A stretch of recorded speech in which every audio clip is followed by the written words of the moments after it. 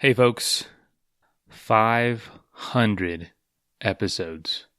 How ridiculously awesome is that? 500. That is crazy. That is a lot of episodes. That is a lot of interviews, of adventures, of miles, many of them human-powered. Unreal. And if you've been listening for a while, thank you. Thank you for making this possible. And I'm just stoked to be a part of it.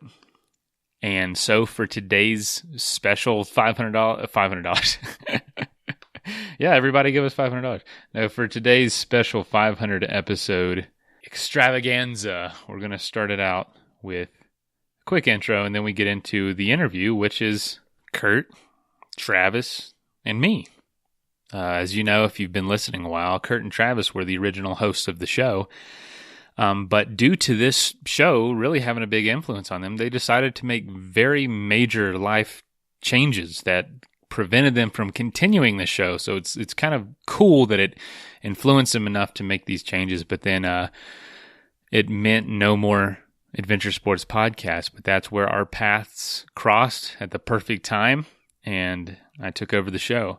And so we're going to talk about that story, talk about why they decided to do that. And we're really going to open up the hood of the Adventure Sports Podcast over the last four and a half years.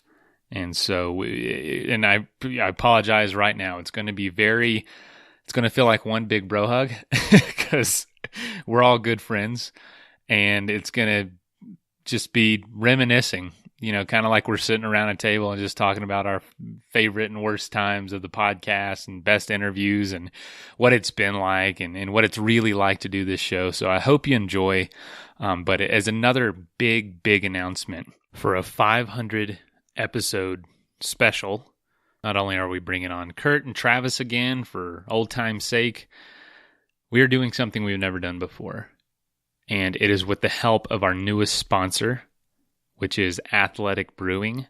They make non-alcoholic beer, and the reason is not only it's for health stuff, and they're making non-alcoholic craft beer for people who want to enjoy the taste of really good beer, but not the effect of alcohol, whether that's because you're training, literally their name, Athletic Brewing, it's for athletes, but also folks who just don't want, the effect of beer. I enjoy a few beers, but after that, it just is not enjoyable to me anymore.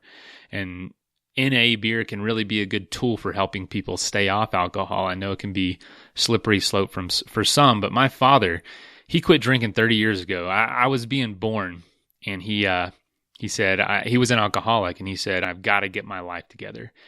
And he had a beer in his hand when my mom told him that she was pregnant with me. And he set it down on the coffee table, and he hasn't touched one since. It's been 30 years, and I respect the heck out of him for that. But he does enjoy NA, so he drinks Athletic Brewing, and that helps him to stay healthy and to stay off of alcohol. And so there's all kinds of uses for non-alcoholic beer, and they are an incredible company helping so many people change how they view alcohol and how they view beer, and it's really good stuff. So check them out at athleticbrewing.com. But the reason I bring them up is because they are funding the first ever Adventure Sports Podcast Adventure Grant. So if you are going on an adventure in the year of 2019, or if you are planning to, but you can't find the funds, I have good news for you. We are giving away $1,000 with the help of Athletic Brewing to an individual or a team who is a U.S. citizen and 18 or older who is doing an adventure in the calendar year of 2019. You will go to their website, athleticbrewing.com/adventure-grant-application, and that URL will be in the show notes. You can copy and paste it or click on it there. The application starts April 1st and lasts till June 1st. And on June 15th, we're going to choose somebody to give $1,000 away to for their adventure. How rad is that? And the reason is because when I was first doing my adventures, there were only a couple adventure grants out there, or scholarships. And I remember, man, like at $500, $1,000, just a small amounts of money for some people and for some companies, that would have gone so far for my trip. My first trip that I talk about a lot on the show, Alaska to Florida on a bicycle, the entire trip, everything included, everything from flights to the equipment to the actual cost of on-trip expenses was just at $1,000. And that was, broke college kid fund.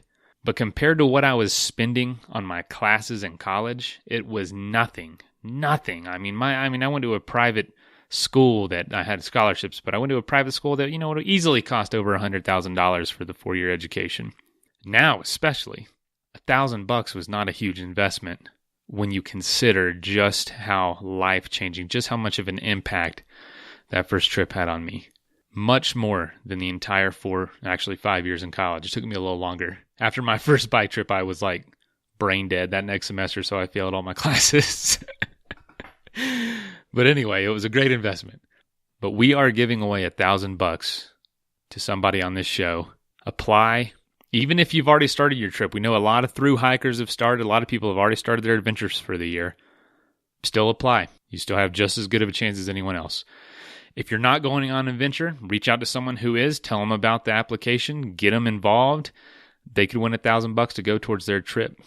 And this is not going to be the last time. We're going to do this every spring. We are going to get people's trips paid for because we want to ensure that there's going to be more guests for this show in the future. So it's, a little self-serving. No, I'm just kidding. But we want to help somebody out and get out there. So again, application starts today and it's open till June 1st, 2019. Get your applications in and make that adventure happen. Our sponsors today are Athletic Brewing. I've been talking a lot about them. Check them out at athleticbrewing.com. Very good non-alcoholic beer. I really enjoy them. Also, our sponsors are AfterShokz headphones. They are wireless Bluetooth headphones that don't go in your ear. They rest up against in front of your ear, transport the sound through your head, and leave your ears wide open. It's an incredibly safe way to listen to this podcast or music while you trail run, while you bike, even while you're going through your life. You can still have your ears totally open and stay safe. Awesome, awesome concept. Check them out. All right, here is the episode with Curt, Travis, and myself. Thank you so much for being a fan of the show. It has been an amazing ride so far, and we're only just getting started. Man, what does it feel like to see the show at 500 episodes? Oh, that is cool. 500 episodes. So, Travis, you and I did 400 of them, over 400 of them. Mm-hmm. But to see it hit 500, you remember when we started and we tried to get 13 episodes in the can before we launched the podcast. And then it was like episode 14, episode 15. Oh, and so much work goes into each and every one of them, just watching each and every one count, and you're watching all the downloads. And man, time has flown. Now that you're up to 500, that's insane. It's fun. And, my favorite part about that is that now I'm hearing people say that the Adventure Sports Podcast is like the industry standard for the adventure sports community, for the adventure sports industry, for the outdoors industry. It's gotten to the point now that people know if you want to get the word out, you get on this show. And that's cool, but it took a while. Heck yeah. It is really cool. It is fun to be involved, be a part of it. Well, I already did it, but I have to give you kudos for taking the reins and doing an awesome job with it. You took it and ran with it, and I've been enjoying the episodes, listening to them, cruising around in the truck, and listening to Mason cruise on and keep the show alive and keep the adventure alive. So you're continuing on to inspire people, and it definitely shows. Well, and making the show better, taking it to the next level. That's what it's all about. Well, man, I just appreciate the opportunity, and I couldn't have done it from scratch, that's for sure. I'm not that type of person, but now that it's up and running and people are, there's a lot of listeners, a lot of people reach out, and just today on social media, a bunch of people talked about today's episode and how much they're excited to get out on the trail themselves this year. And I don't know, there's just nothing cooler than that, being able to be involved. Yeah, that's what it's all about. I mean, that inspiration, I think about Jeremiah Foose out on the AT right now and watching his updates on Facebook. And that guy, admitted that he was inspired by the show. It was helpful in his decision to go try the AT. He was a guy that never saw himself even being able to do something like that. Didn't even cross his mind. And after listening to this show, was like, man, you know what? I think I could actually take a whack at that. And he's doing good. He's progressing along and seeing some beautiful sights, something that we've all wanted to do. And he's knocking it out. He got inspired. And I don't think we can take much credit. All we did is provide a format, a place where people could have a voice to share what they're doing. You know what I mean? And then people stepped up to the plate. It's all about the guests. Just the most amazing people that have shared their adventures and the fun that they've had and that inspiration. And it's really cool. I love the idea that there's a place where people can share that kind of stuff and other people can pick up on it. And, the synergy that comes out of that, I think it's powerful. Yeah, but here's what I don't like about that. There were so many guests that made me feel inadequate and inferior. Did you guys get a lot of that? I think there's, Curt and I are adventurers. We like to adventure, but, when we started this show, we were kind of viewed it the way we view adventure. But after you talk to some of these people, I'm sure you get it too, Mason.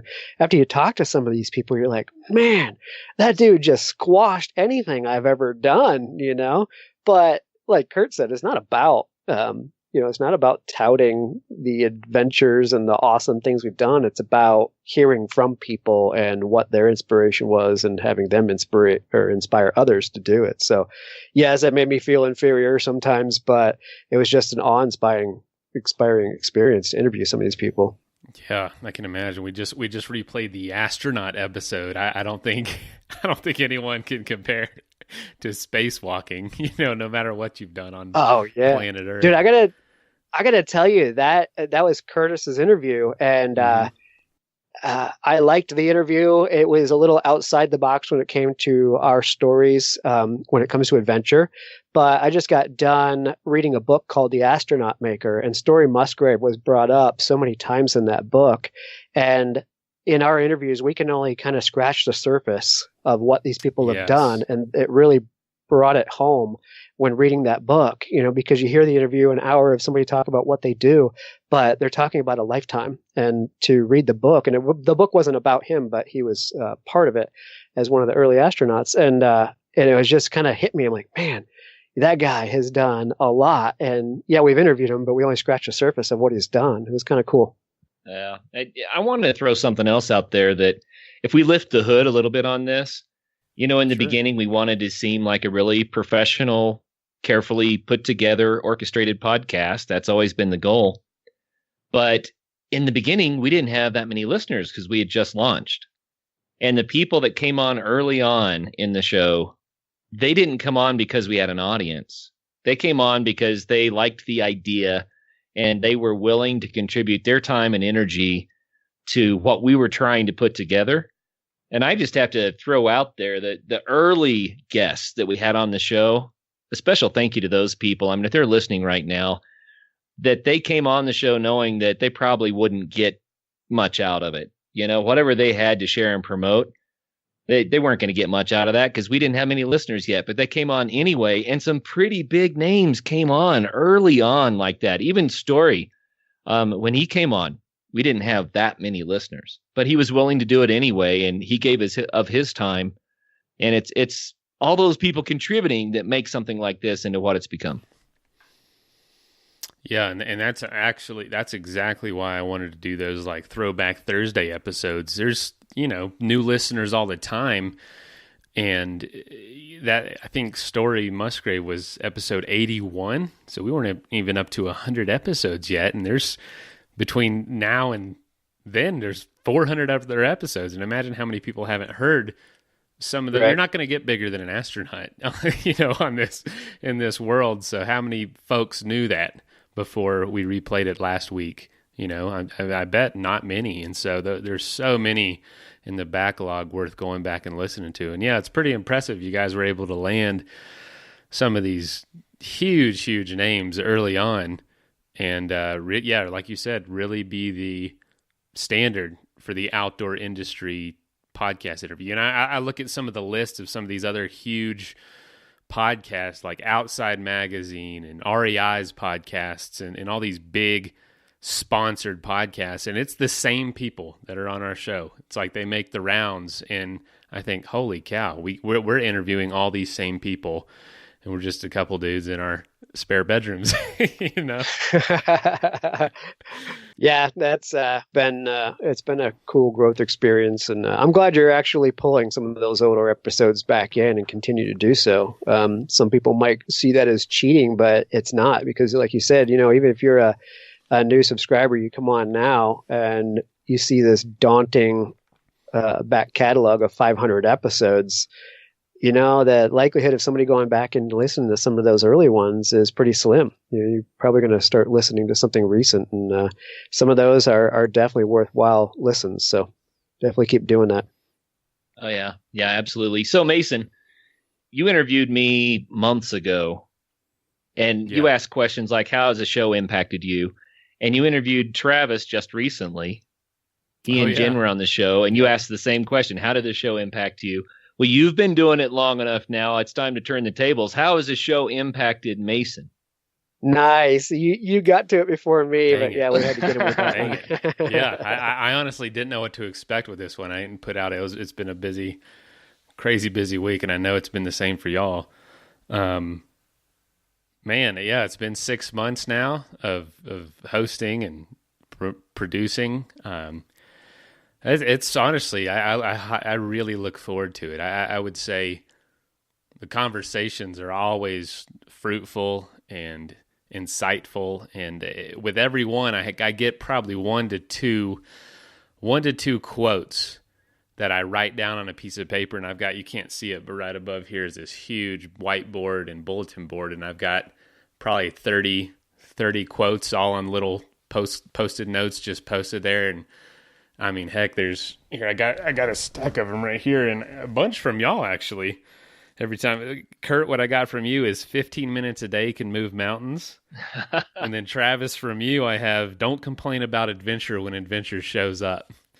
And those are right on the top of the list on my little piece of paper. That's awesome. Those are, man, just the nuggets of wisdom you get from every guest. And we've been blessed with really humble, encouraging guests who they're just very relatable. So it's been I really enjoy that side of the show is the greater meaning behind adventure with each guest versus, what gear did you carry, or the kind of the stats of the trip, for instance. And that's why I think each guest has something to bring to the table, whether it was Jeremiah, who'd never done a trip before, or J.R. Harris, who's been adventuring for 50 years. Everyone has something really interesting to share that you really can learn from. I think that's how it's impacted me. Oh man. And I read all of JR's book and really enjoyed that too. J.R. Harris did amazing things. And the time that he did it is also very interesting. The time in history, when he was doing it. It's really, really cool. Yeah, he did not let boundaries stop him. Yep. I think some of the conversations that Curt and I had in the beginning was, our show really started to get hiking and climbing heavy. Meaning we had these episode categories, and you look how big those two categories are compared to everything else. And we were a little concerned about that. We wanted to make sure that we were diversified, because that was the point of the show in the beginning, or from the beginning. But then we talked about it and thought about it, and the reality is you could have 50 through hiking episodes, and they're all going to be so different in that individual person's experiences and their expectations and how it changed them, that each and every one of them is so unique. It makes for an interesting conversation regardless. It doesn't matter if it was episode 1 on through hiking or episode 50. So I always thought that was pretty cool about the show. You could talk to somebody that was totally green and naive about it and really value their story just as much as you could as the person that was, decorated Triple Crowner and has been doing it for a long time. So I always thought that diversity made for a good show. Yeah. You look back through the categories, and like you said, it's, biking heavy, climbing and hiking. And I think there's a reason for that. Like, we have a lot of, in the queue and have recently come out, a lot of hiking and through hiking based episodes. But the reason I think it kind of worked out that way and continues to is that's just what most people are capable of doing. Most people, pretty much everybody, can go for a hike. And so a big through hike is just the grandest of adventures you could ever think of. You can't have it full of people that, free solo El Cap or paraglide off of, volcanoes or whatever, because it is awesome to hear those stories, but it's not nearly as relatable as the things that we all feel that we definitely are capable of. Yeah, the word relatable is key there. And we had that conversation when I first started looking for people to interview. Yeah, I was kind of looking for the base jumpers and the people that threw squirrel suits on and dived out of helicopters and stuff. And then quickly realized that although neat, these are not feats that the average listener could envision themselves doing. So there was probably a disconnect there. And we quickly realized that, what you're doing is you're talking to the average guy who is probably out there, doing the average adventure, and that's something that they can relate to. And that's why you're right. That's why you get so many hiking and through hiking type shows because of it. And for that reason, I think that's a good thing. The show is about being able to relate to others doing an adventure, not trying to picture what it's like to jump out of a helicopter with a wingsuit on. Right. You want to say something? Yeah, there's something that I've noticed about a lot of your interviews that I really like. And that is, you often go beyond what did you do, and you get into why did you do it, and now how are you different? And I think that's the reason why adventure sports matter. But I love it when you get into that stuff with your guests, because it's so cool to hear people say, yeah, that did actually impact my life in this way. I grew like this, or I changed like that, or I found out this, and I really appreciate that about your interviewing style. Really good stuff. Oh man, no, thank you guys. I mean, I've learned from y'all. I mean, I listened to some episodes going back and when you guys were hosting and think, wow, that was a perfect interview. I could not have recreated that. Like, cause I try to predict what questions you're going to ask and what kind of things, what kind of reflection you'll have. And a lot of times I'll have an idea and then I'll hear what one of you say. And I think, oh man, that's so much better than what I would have said at that same moment. And so, I don't know, it takes a lot of listening, but man, we've had some, there are some interviews coming up soon that I was like, oh, I did not have my heart in that. We had 10 interviews 2 weeks ago. 10 interviews in 1 week. Oh, that's a busy week, man. That was a lot. And you feel bad because, like you said, I've heard you both mention this before, like you said, Curt, showing folks under the hood a little bit. You don't have unlimited time to get into everyone's story. And there is just this gaping huge fact you're missing out on your guest. You can feel really stupid after the interview, and you look their name up again and you see this article you didn't click on before with all your research, and like, oh my gosh, I didn't know they were missing an arm. May I tell you one of my big ones? Sure. I'm going to tell you one of my big. I interviewed Dave Weens twice. Great guy. And he's done some really fun stuff, and I loved the interviews that we did with him.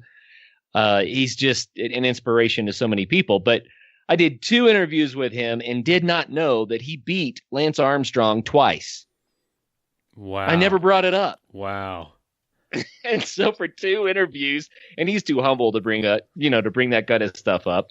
But and when I finally realized what had happened, it cracked me up. I was like, wow, I should do my homework. That happens, it happens. Yeah, I mean that happened on today's interview. Heather Anderson, she's done so much in through hiking, and I didn't know she was a National Geographic Adventure of the Year. And I'll tell the people this: it just happened like a couple days ago. I posted, I was uploading. I hit click publish. It was ready to go. I Googled her name one last time and saw that she was inducted just a few weeks ago as a Nat Geo event. And so I go back through, I re-edit the intro. I just add it at the end and then say that I have to re-tag it, re-upload it and all that. It wasn't that much work, but it was like, I can't not say that. I can't leave that out. Yeah. Maybe it's tough. maybe It could stress you out. Yeah. We should do a kind of an en masse apology to all the people we've interviewed for all the stuff we failed to bring up. Honestly, that's the stuff that stressed me out. Curtis and I had two different styles, two different approaches, and I'm not the person that's comfortable off the cuff. Like for me, I need to prepare when it came to the interviews. So I would spend a good solid hour at a minimum researching and making sure I had all of those things I wanted to bring up and mention about somebody, because I didn't feel confident in my abilities just to sit there with an interview. So that in a way kind of burned me out with being one of the people interviewing. And that had something to do with how Curtis and I changed things up. But he's such a good off the cuff conversationalist that he was able to continue on. And I think, eventually you kind of found your happy medium, Curtis, between the research and not sweating it as much as I did. But yeah, two different styles of going at it, and it can have different results and different styles of interviews. So I think just finding your happy medium is all you can do, because you can't burn yourself out either. Yeah, I can be boring off the cuff anytime. No. What do you want to talk about? No, that is good. You are good at that, Curt. But I'm like you, Trevs. I need to prepare. I can do it off the cuff, but it tends to be tangential and rambling. But I need to know. I get so nervous when someone answers, and I'm like, all right, here we go. Their name will be like, Bob Johnson. It's something super simple, and I'll forget it when I go to say their name, and I'll have to look at my notes just because, I don't know, I start to lose it. Like, your name is All right, here today Bob with Johnson. Job Bonson. yeah, exactly. It's just, I don't know what it is. It's when you click record, things change. But, it's funny. Did you guys experience, like, with interviewees, everyone's just so different. I mean, you can really pick up on people's personality. And every interview I found is kind of like a dance. You kind of have to let them lead, and you lead yourself, but you got to be concerned with what they can do, what they're capable of, as well as what they're willing to do. Some interviews are just like, it just flows so easily, and others are, okay, this is what they had anticipated was a very, very structured interview, so I need to readjust. I don't know. It's just really interesting having to mold yourself constantly around each guest. Oh yeah, I always like those interviews where you clicked record, and all of a sudden an hour later, the person was done talking. You're like, oh man, I got to end this interview. But yeah, it went so smoothly. Not to say that it was just the person talking the whole time, but like you say, it was just such a smooth flow that everything popped out in the end, pretty much packaged for you. Those are always the good ones. But yeah, you get the good and the bad for sure. I want to bring this up because I know, Mason, you're never going to bring it up, so I can bring it up. You were a guest on the show 2 times before you joined the team. Yeah. And I want all the listeners to know that, because if they want to know what Mason is all about, they need to go back and look you up in the back episodes, and that's one difference between you and Travis and me. Travis and I always did adventurous stuff, but you were one of the adventure kings. And you had done the big honking stuff before you ever got on the show. Travis and I are always like, really? You did what? I didn't know you could do that. Is that possible? Oh, man. But anyway, Mason, what you've done with your distance biking especially, it's just really neat stuff. So people need to go back. I think your first, actually both, but your first interview on the show, I was just blown away. And I remember that interview, and when you've done nearly 400 of them, then they can start to blend together a little bit. Yours always stood out to me. Why is that? Because, you had other people who'd done this pretty much the same exact trips. And won them. I did a lot of races that, I was in last place. You interviewed a lot of the winners of the same races and the same kind of experiences. Honestly, I think it's because you were authentic about it. You were excited about sharing what you were passionate about with people. And, you were really authentic. And I just remember having a really good time with that interview. I even still remember, people may not know this, but we do interviews on the road sometimes. It had been mobile. And yep. I did that interview sitting in a parking lot in Denver in the wintertime. I remember you saying that, and I was blown away because it sounded great. Well, the funny thing about it, there were 2 times that strange things happened. I think it was on your interview. A policeman showed up, and he was trying to figure out what I was doing. And he's driving around and around my car, looking in the window. And I'm trying to keep a straight face and keep talking to you. And here's this cop, just checking the whole scene out, I just smiled and waved and hoped he'd go away. But he's like, what the heck is all this equipment in this car? This guy's some Russian spy. What is he doing? Right. That's funny. I was painting houses at the time, trying to find some sort of way to build a career in the outdoors, and tried so many things. It wasn't working. And I was in my paint clothes. I was covered in paint, and I was in a storage unit during that interview, just sitting on some 5-gallon buckets talking to you. That's funny that we were both in these random places. Sometimes talk about lifting the hood, guys, man. Yeah. Well, I was crying. I put myself on mute and cried while I wasn't talking. No, I'm just kidding. Well, I was going to say, a lot of the times it would get so hot in the car when I was trying to do an interview that I'd start sweating, and it would be rolling down my back and dripping off my forehead, getting in my eyes. And I was like, I don't know if I can be energetic enough to sound like I'm even interested in this, And man, I would finish the interview and turn on the air conditioner and roll down the windows, and I would just lay there gasping for air. So and then walk back in your office, trying to break his windows out. Save the man. Oh save my the little dog that's stuck in the car. You had to walk back in the office after lunch with a sweaty shirt, and people were like, what did you do? I had an interview. Oh, well, that's the fun. Hey, Travis had a great idea for the future of the show. I think we should talk about it. Oh, yeah. Go ahead. What do you think, Travis? Well, I mean, you were talking about, how talk about that diversity thing, and how maybe, you should probably can it and bring it back down to a real niche subject. And so, yeah, I was thinking the underwater kilt wrestling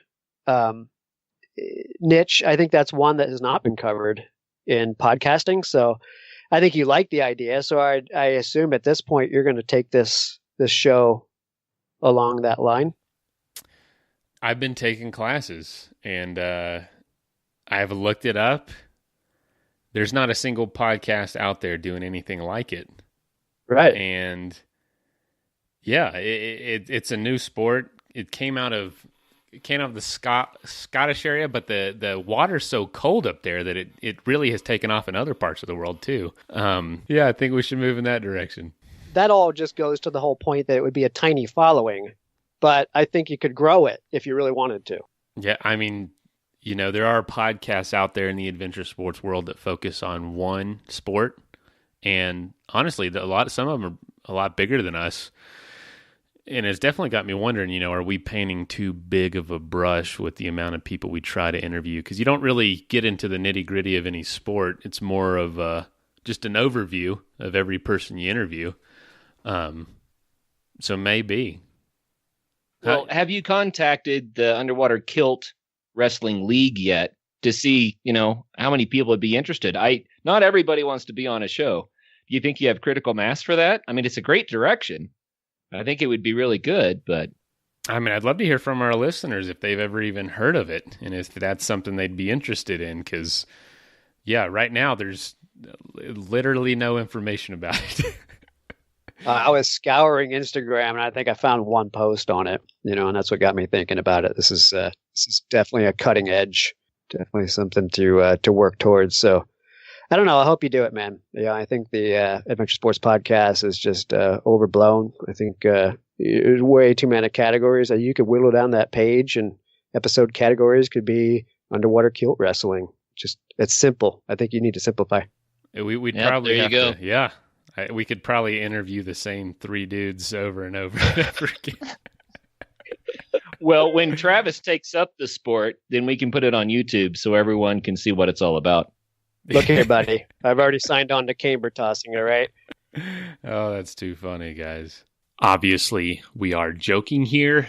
Nothing about the show is changing. If you haven't noticed, it's April Fool's. So the show is not going to be narrowed down to underwater kilt wrestling or anything of the like.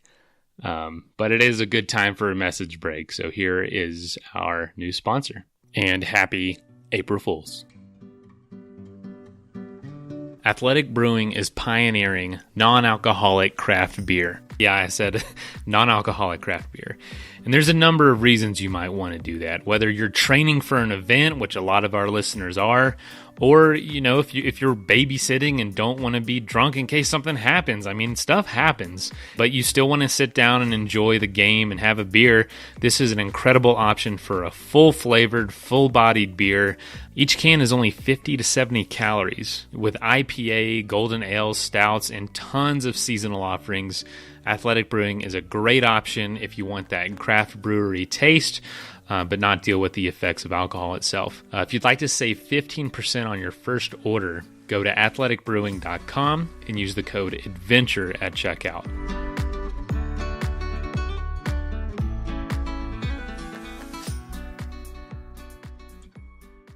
I got to tell you about, there was a potential guest that wanted to get on the show, and I actually turned this one down. It was one of those things where it's like, I just don't know if I can make this adventurous enough or not. But it was, I don't remember what they called it. The sport was two-person bikini racing. And you had to have someone that would run under the water with a girl in a bikini standing on his or her shoulders. And they would literally have races running underwater with a girl in a bikini on top. And that was a real request to be on the Adventure Sports Podcast. That's because I'm going to start up that show. You're going to start up that show, Travis? I Yes. bet you could run Google ads for that. I don't think you'll have any competition. Should get Oh, a man. pretty good deal. It's going to be a slam dunk. All right, I got to say, though, so after all these interviews that you've done and you've heard done, what tend to be your favorite interviews to do? What are the ones that really kind of hit home for you? You walk away thinking, man, that is kind of right up my alley. Meaning the genre of adventure sport. Oh man,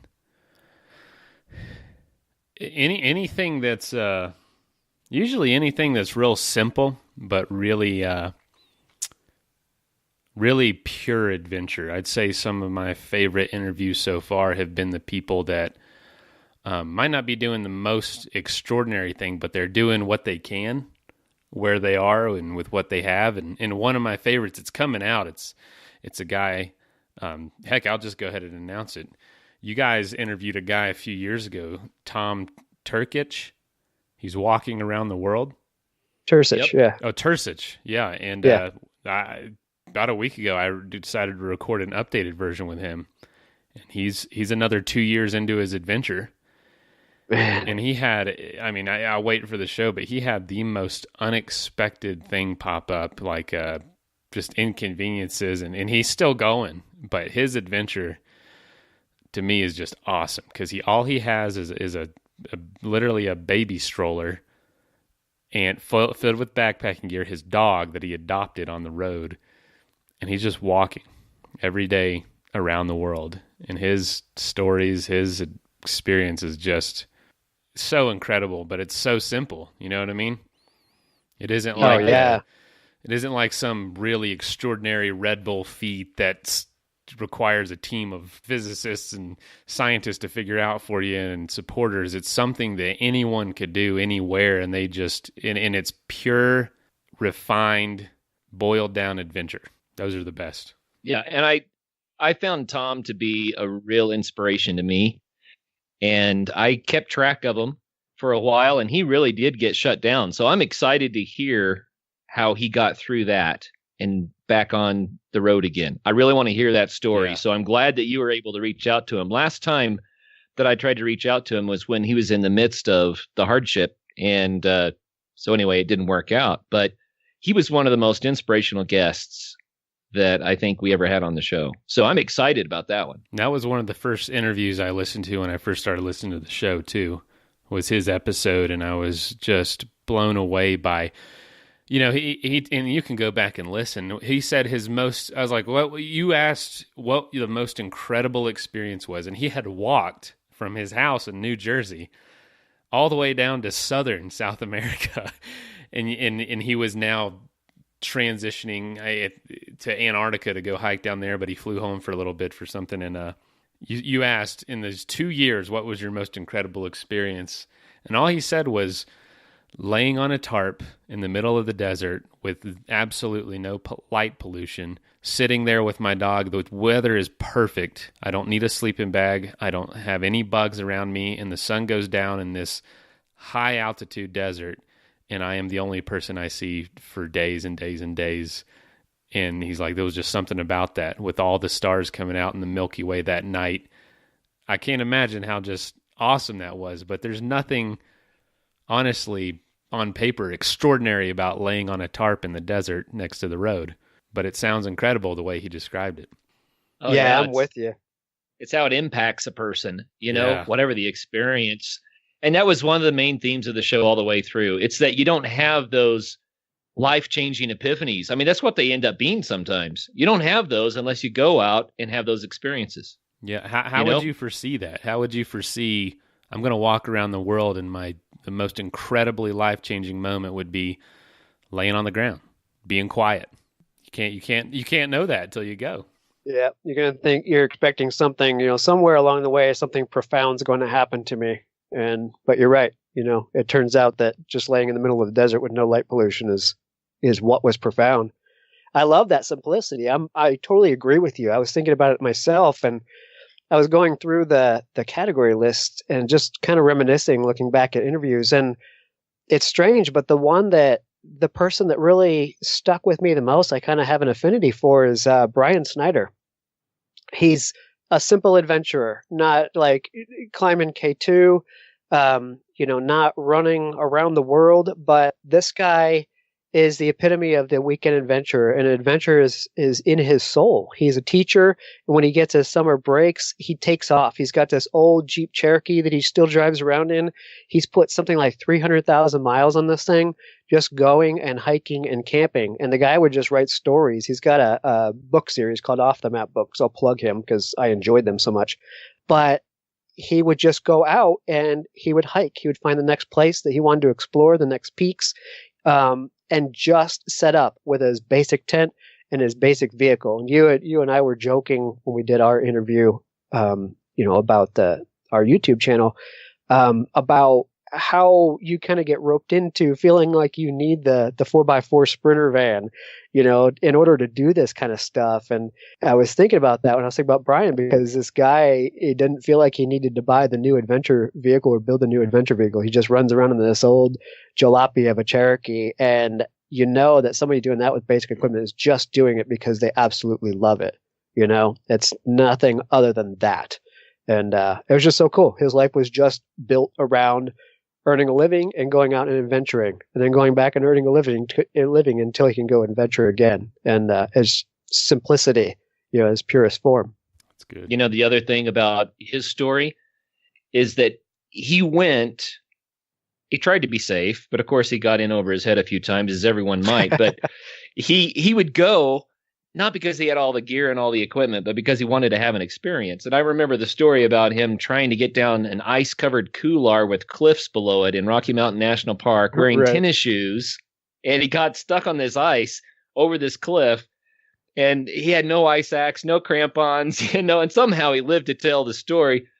But it was just the idea that nothing was going to stop him, because getting out there was so precious. And I'm not encouraging people to get an icy coolers with only tennis shoes. That would be, I mean, he would tell you the same thing. Don't He's a do little it. underprepared for a few of his moments for sure. But the point of all of that is that he went and he did, and he's had just so many amazing experiences, you know? Yeah. Yeah, that one just really stuck with me. We just replayed his day hiking in the American West. And I saw on it was Off the Map is the series. Yeah, yeah. Off the Map It's books. like car camping, day hikes in the American West, day hikes too. It's just simple stuff, and I'd say that's another huge lesson the show's taught me is being content with your little, relatively speaking, your little adventures in your life. The lives you don't have to be Bear Grylls to have an incredibly full, wonderful life filled with adventure and filled with awesome moments. You don't have to be the person that's absolutely on top of the game and the household name, essentially. And I don't know why, it just psychologically, you start to feel that way after a certain amount of time. Like you're not doing this right unless you're just doing it huge all the time. Yeah. Can I tell you a little, I might torque a few people off by saying this, but it needs to be said.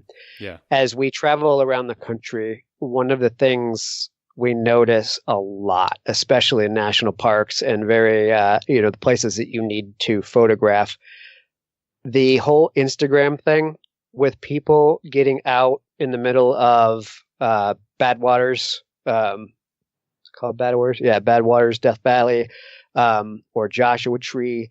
The people that are there, unfortunately, only for their Instagram account is getting so crazy and so out of whack that it makes me think of that, because as we're talking about just getting out and doing and enjoying for the simplicity and the love of it, we have this whole social media craze that I fear that there's so many people out there doing it not because they love it, but because they want to be seen loving it. And I'm using air quotes to say that. And it's kind of sad in a way. I just want to say, people, stop.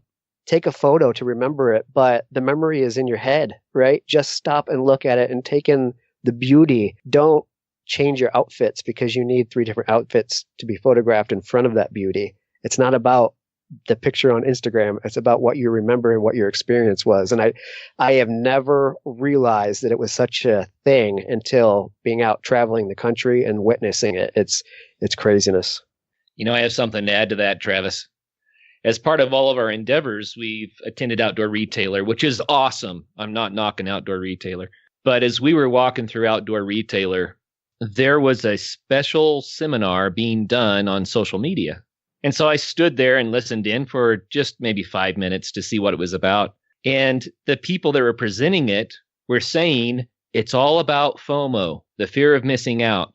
You have to create FOMO so that everyone will want to follow what you're doing. So you've got to create that amazing experience that no one else thinks they can achieve, so that they'll have that fear of missing out, so that then they'll follow your brand. And of course, I walked away after that. Gosh, no, I've witnessed it. Yeah, it's fake. In real life. Man, I can't tell you, just with running Camp Crate, social media is such a... FOMO, the problem is it works. Getting people to feel inadequate about their lives works to sell your product, but it's horribly destructive to the person. Because I'll say, like, when I have the feeling of missing out, it can ruin my life. Like, it ruins my day with Emily. It could literally destroy a marriage. It makes me upset with my dogs, upset where we live, upset with like the things I have. And it's like, you know what I'm saying? It's totally destructive, even though it works. And so I can't stand that. I can't stand that these companies are actively doing that. I tell people all the time, you walk into REI, they make you feel like you need to spend $5,000 to go camping this weekend. That's total bull. That's totally, like, I love Brian Snyder's thing of going in the old Jeep Cherokee. I remember seeing a guy camping in a Corolla at a trailhead of a 14er to get up at 4 a.m. the next day, surrounded by Sprinter vans. And I just thought, this guy in this Corolla is having just as good of a time. Probably a better time, because he's not $60,000 in debt to a vehicle. Hey, let me tell you a story that illustrates this just a little bit. I think maybe listeners will think it works, but I went on a hike, and when you're going on a hike, you're thinking about the destination. You're thinking about where you're going to go and how long you're going to spend and how far you're going to go before you're going to summit a mountain or whatever, right? I don't even remember what this hike was about. And this is the point. On this hike, I got to a little bit of a crag, and I stood there watching ravens that were playing in the air. They were flying around, teasing each other, but they picked up pine cones, and they would fly up high, drop the pine cone, and then they would go into a nosedive and get below the pine cone, turn upside down and catch it in their claws, and then flip back over and fly back up again so that they could drop the pine cone and try to catch it again. And I watched these ravens doing this for a while. I don't remember anything about the hike. Maybe it was to try to do some amazing feat to impress someone. But what do I remember? I remember these ravens. I didn't go out there to see ravens, but that's what happens when you go. What you're going to remember are the unexpected little life experiences. They're just like, what? That is really cool. Wow, I've never even heard of ravens doing that. That's really cool. That's awesome. And I think that's what these experiences are all about, going out there and seeing what's actually going on in this world. That's actually happening out in front of you. It's these places, this movement, these seasons, these animals. And man, it's just so good to be in these places that aren't rearranged by human hands, Yeah, it's not doing it because of FOMO. Yeah. And I hope that message is clear, to all the listeners. It's never been about the FOMO. It's about getting out so you can have life enlarging experiences. And I used to always say, you want to have a treasure chest full of memories because that's more valuable than anything else you'll ever have. Oh, yeah. Yeah. How many pictures do we take? We'll never look back on it, especially with digital cameras, digital phones. And everybody snaps all these pictures and spends so much time staring at the screen of their phone of the beauty that is on the other side of that device without putting it down and just sitting there and looking out and creating those memories, because that's what you're going to remember when you're sitting in your rocking chair, unable to do these adventures. You're probably not going to look back through those pictures. You're going to rely on your memory. I plan to, at least. Yeah. And Travis, you're out there, you're out there doing it too.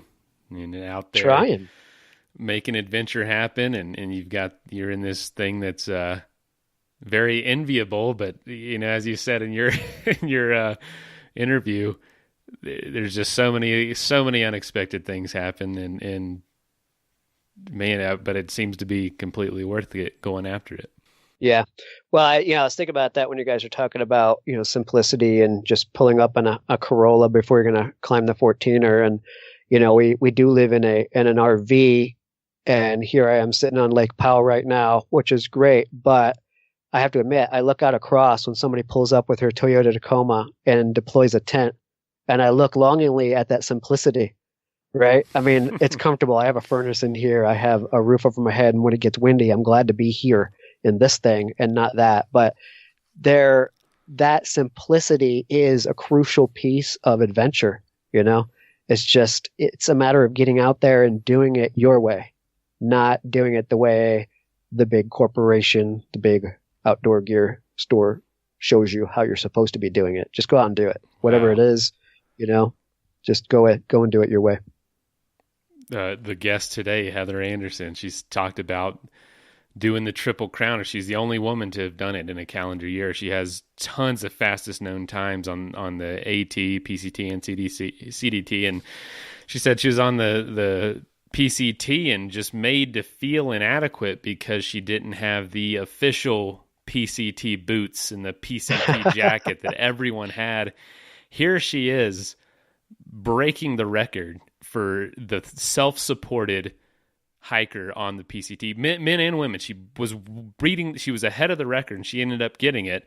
And she was feeling inadequate by this pressure, that basically feeling like, man, I would love to have that, but yeah. But then she's like, I'm just going to do it my own way, just like you said, Travis. Yeah. And that's what you got to do. You just got to do it your own way. If you can't, I don't know. I love that, and it's easy to forget in today's FOMO world.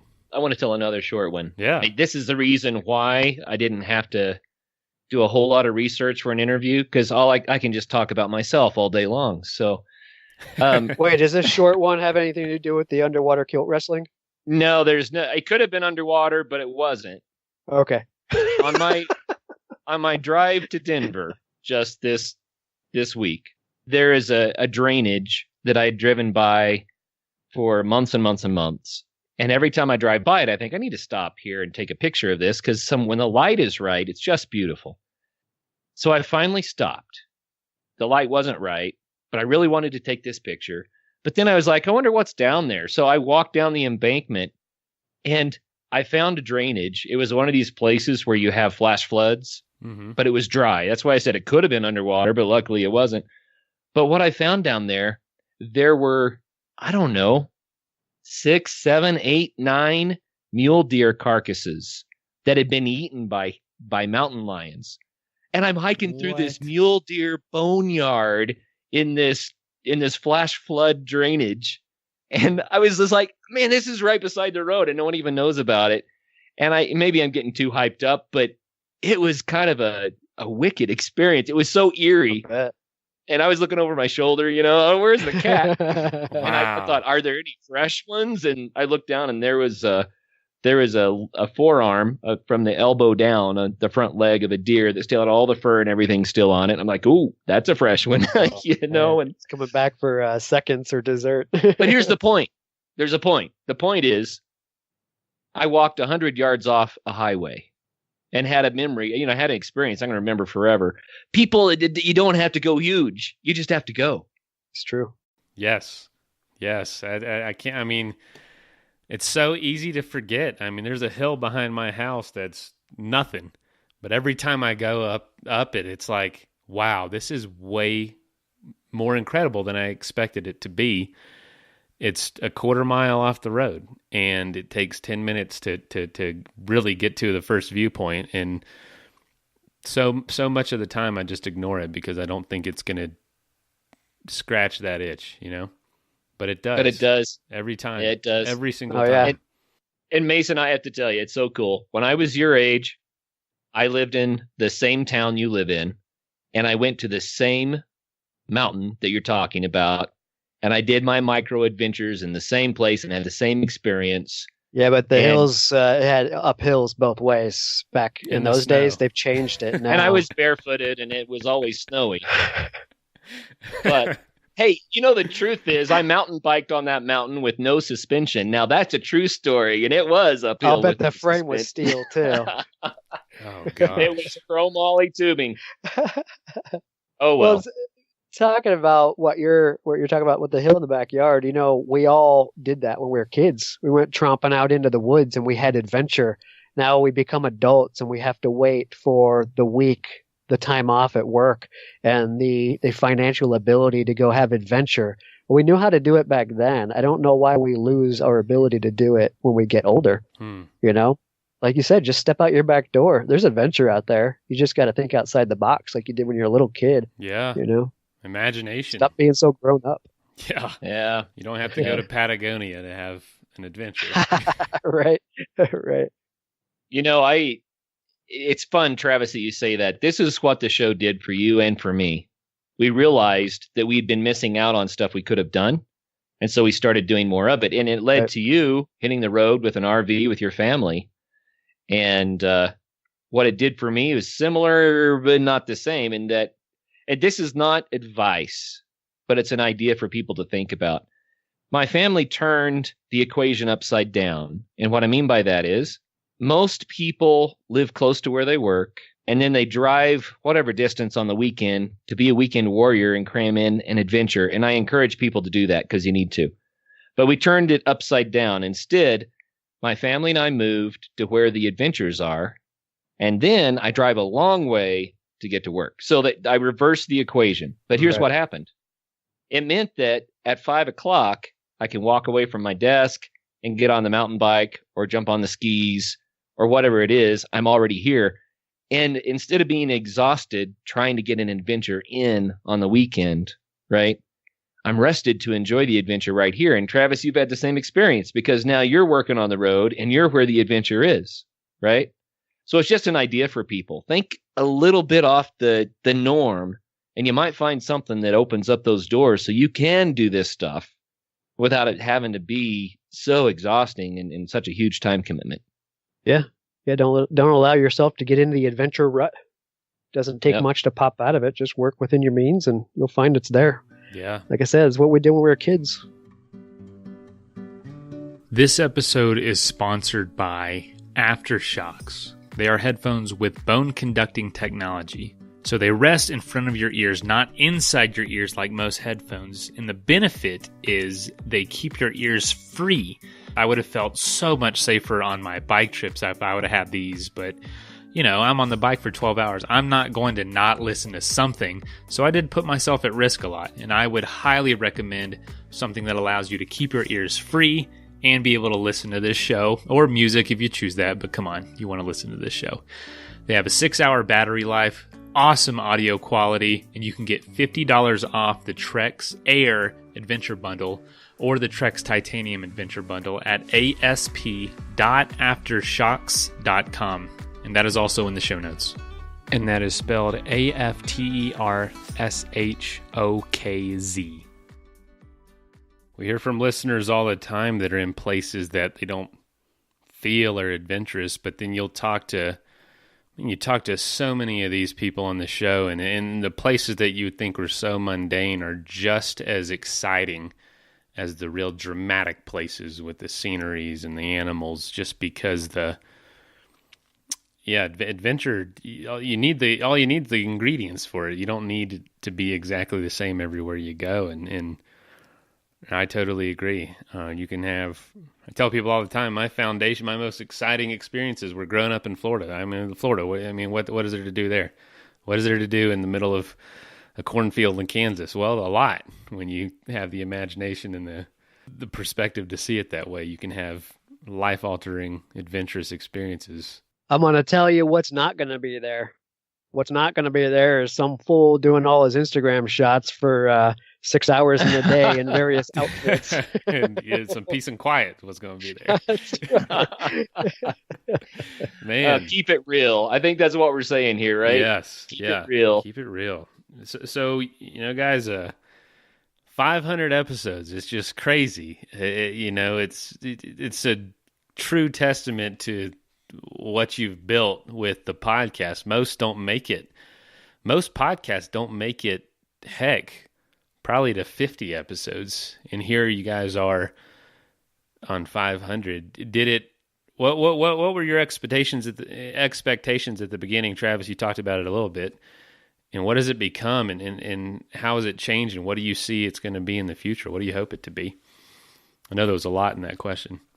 Yeah, really. Well, what I expect is you're going to take the next 500 episodes and have us back on at episode 1000, so we can ogle at your success and your ability to grow the show bonkers. That'll be Friday, June 10th, 2022. So just mark it down. Mark it down. Counting the days. That's awesome. I mean, did you think it was going to get this far when you guys first started coming up with the idea? Curtis and I dream big. I wouldn't say I'm shocked. I don't think Curtis would either. No. I think with things like this, you've got to put one foot in front of the other and repeat it. You can't get too wrapped up about where it's going to be. I mean, it's good to set goals, but in order to do it without burning out, it's a one day at a time thing. And if you're persistent and you're consistent, then you end up at 400 or 500 episodes. I mean, we left you hosting at somewhere around 400. I forget what it was. And man, you banged out 100 episodes already, or close to. And that's, that's a testament to just being persistent and consistent. And I mean, you should have big dreams. If you don't have big dreams, then maybe you don't have the drive to succeed. But I don't know. It doesn't shock me that it is where it is. I think it's been a great show. I think you're doing an awesome job with it, and I don't see any reason why it won't be a 1,000 episode show. I agree. And for me, it was never about 500. It was about the next interview. And I tell you, I feel so honored and so blessed to have had the opportunity to visit with so many really fun people who had so much to share.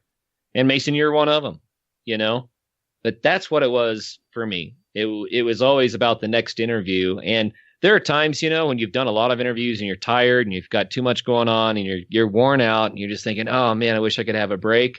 But I found when I would finish an interview, I would be energized. I would run out and catch up with my family and say, hey, guys, guess what I just heard? This guy did this. This gal did this. Yeah. And man, you know what I learned? And it really impacted me that way. So for me, it really was about the next interview. Wow. You guys miss it. Yeah. Yeah, I would say so. It's been more relaxing. Just because when you work that hard at something and you do give it up, you know, there's always a period afterwards. It's like, oh, I'm kind of free of that. You know, I get to go different things. But yeah, I would say we both definitely miss it. You know, it's your hobby, it's your baby. But I think that you're taking it in the right direction, and I'm so much more happy with you marching on with it. As opposed to us just deciding, you know what, I think we're done with this and letting it fizzle out. So I'm stoked just to be able to sit on the side and watch the people you come up with and the interviews you do and watch it progress on. And I think you can do big things with it for sure. Yeah, absolutely. And, you know, I still listen to the show and I don't think I've missed any episodes. Sometimes I have to play catch up, but I find so much inspiration from the Adventure Sports podcast, and I'm sincere about that. You know, it's been a big part of the last few years of my life, and it continues to be so. But I will say this now: I don't mind listening to it while I'm out on a run or a hike or a bike or skiing or instead of sitting behind the microphone. Yeah, I will say that. I don't get out as much now. But I'm not at all complaining. It is a lot of fun. Just like you were saying, Emily gets home and I just bombard her with stories from interview because she doesn't listen. I don't ever go back and listen to it now. I don't know what it is, hearing myself.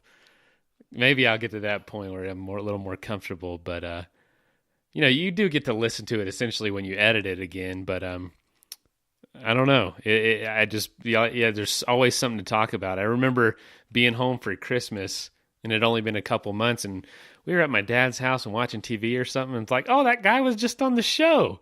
And everyone was like, really? That is really cool. And I'm like, that is really cool. That is such a cool thing. And I just thank you guys for, do you mind? We didn't really ever, I don't know if you guys got into it much, but did we really ever talk about why both of you decided to make this big change in the show and get a new host going? I don't think we did. I don't think we've ever addressed that. No, I don't think so. You know, I'll tell you this much.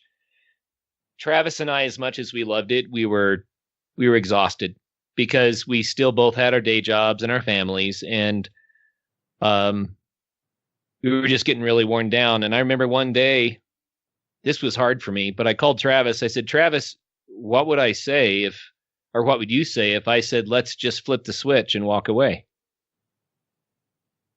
And neither of us wanted to do that.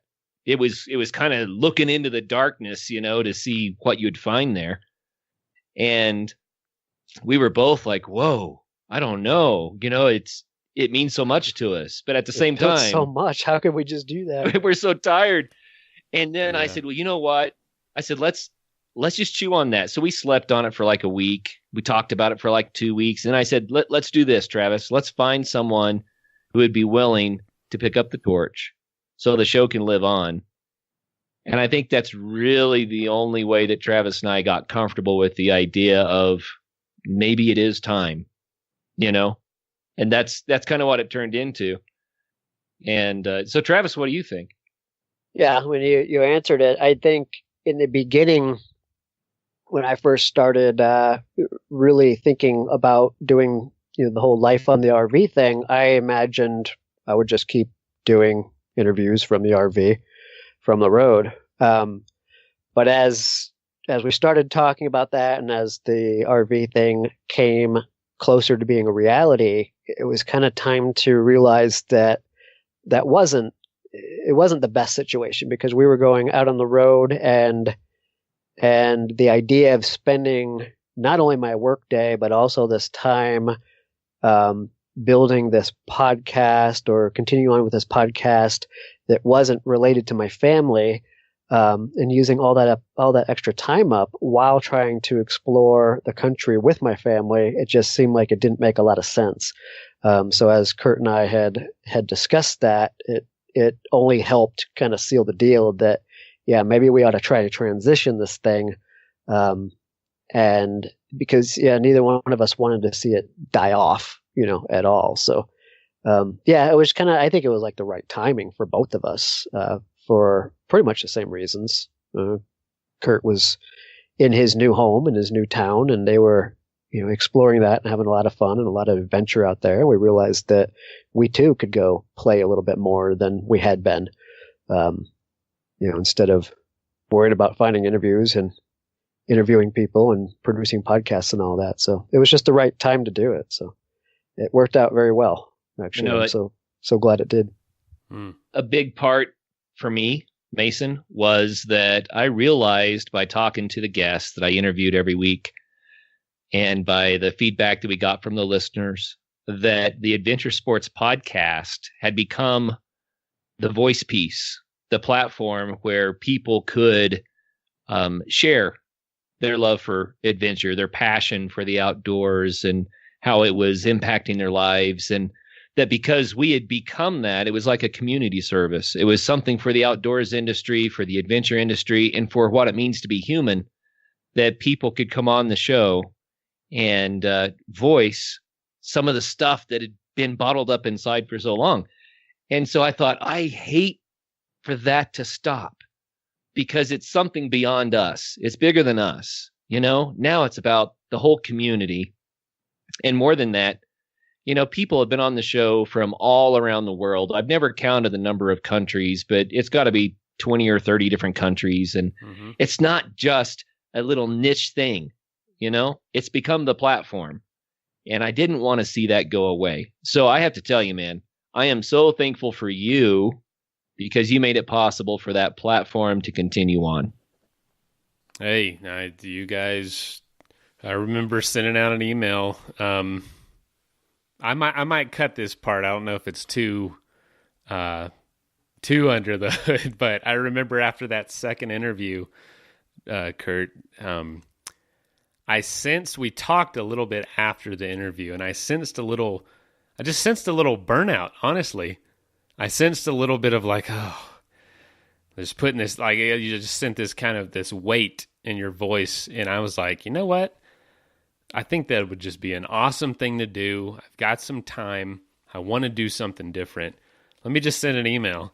I sent you an email. I didn't hear back for a while, and didn't think anything of it. Then I just got an email one night and saying you guys wanted to meet up at this restaurant up north of town. And I was like, holy cow, this might be something.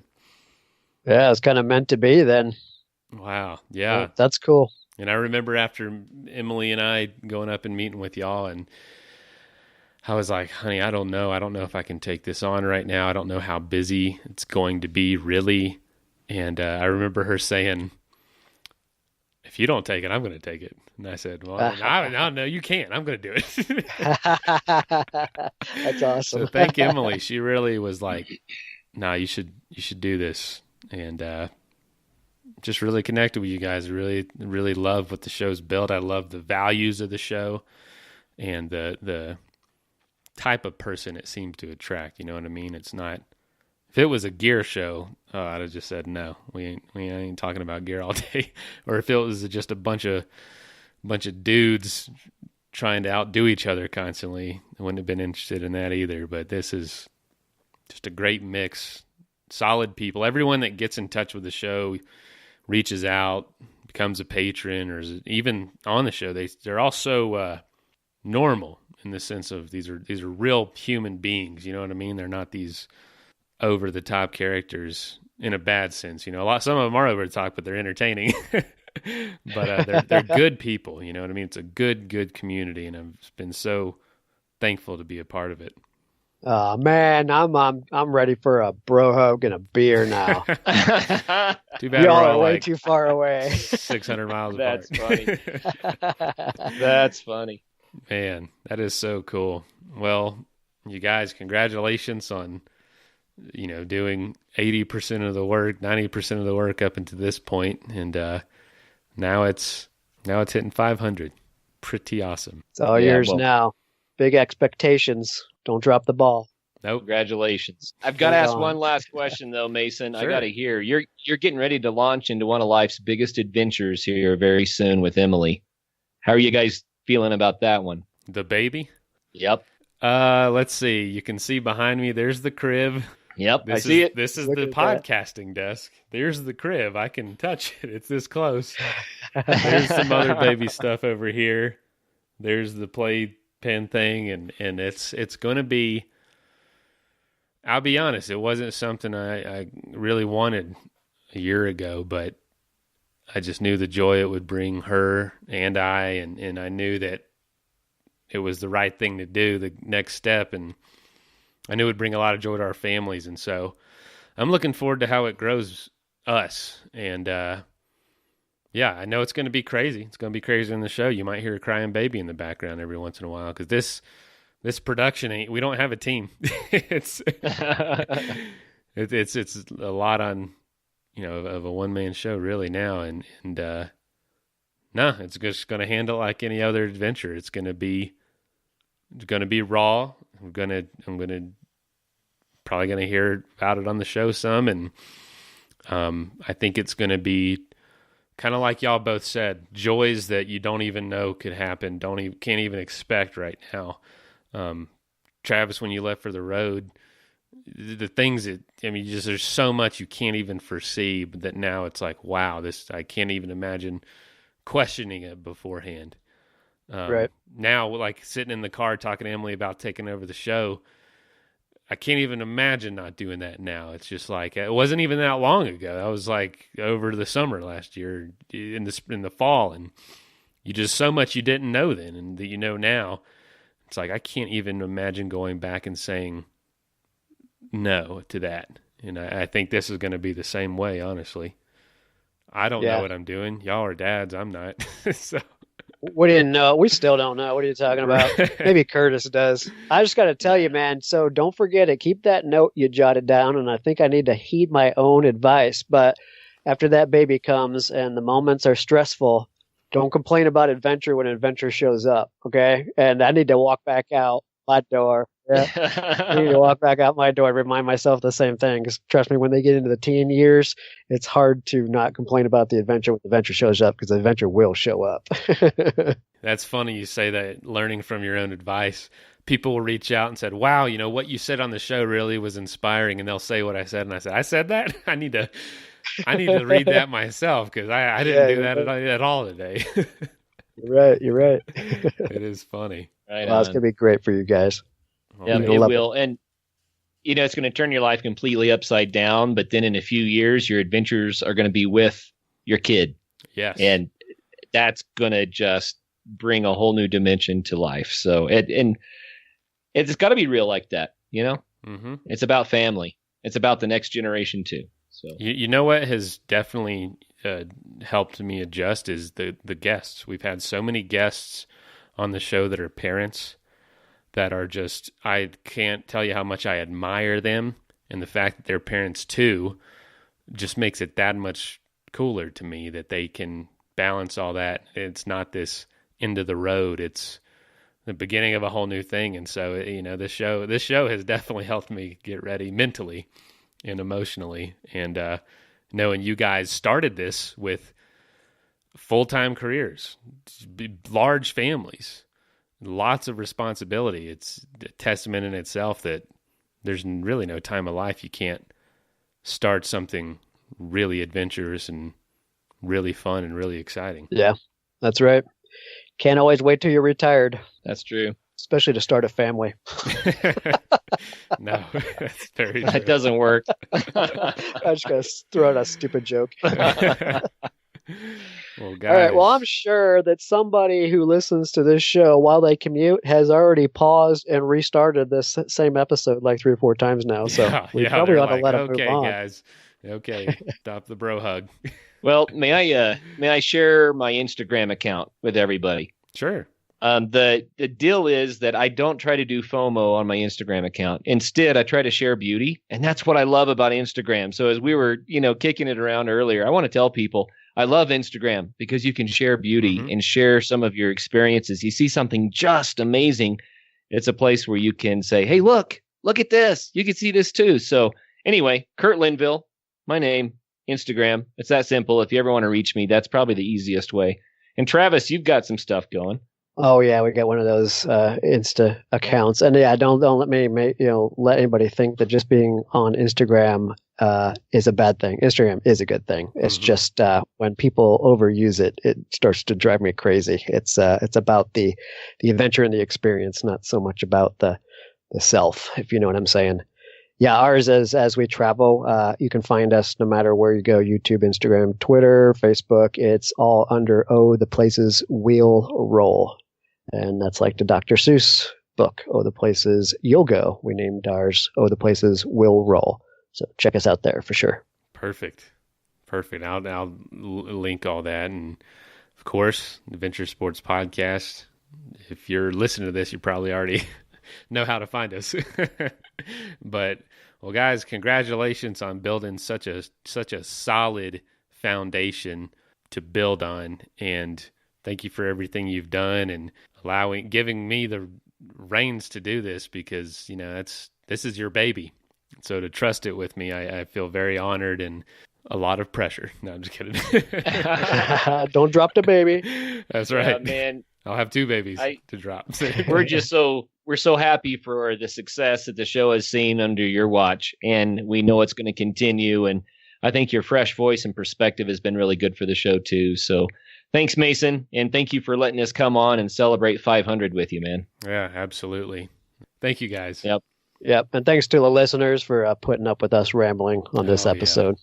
It's all about you guys. This wouldn't be a thing without them, man. Thank you, guys. All right. Well, I'll see you June 10th, 2022 for episode 1000, okay? Yeah. Sounds like a plan. All right. It's a date. See you guys. Take care, man. Right. Bye. First of all, thank you so much for listening to the episode. Secondly, if you would like to get in touch, you can leave us a voicemail at 812-MAIL-POD. You can also send us an email, info@adventuresportspodcast.com. Get a hold of us on Facebook, Instagram. Contact us on the website. There's just 1,000 ways to do it. If you know somebody that would make a good guest for the show, whether it's you or somebody you know with a really cool story or background or does an interesting sport, get in touch. We'd love to have them on. Also, if you'd like to be a patron, aka a supporter of the show, patreon.com/Adventure Sports Podcast. You can sign up for as little as $1 a month. You can sign up for $5 a month. And lastly, thank you to our sponsors whose messages follow right now. Go to athleticbrewing.com and use the code ADVENTURE at checkout to save 15% off the best tasting and lowest calorie non-alcoholic beer you're ever going to try. Don't forget to save $50 off a headset bundle at asp.aftershokz.com. It's my new favorite way to listen to music and podcasts and stay safe while I run and ride my bike. After all this adventure talk, if you need to go to a place and buy some gear and talk to an expert, go to backpacktribe.com. They can help you choose the right gear, and they have the expertise and know-how with each piece of equipment. Now get out there and do something crazy.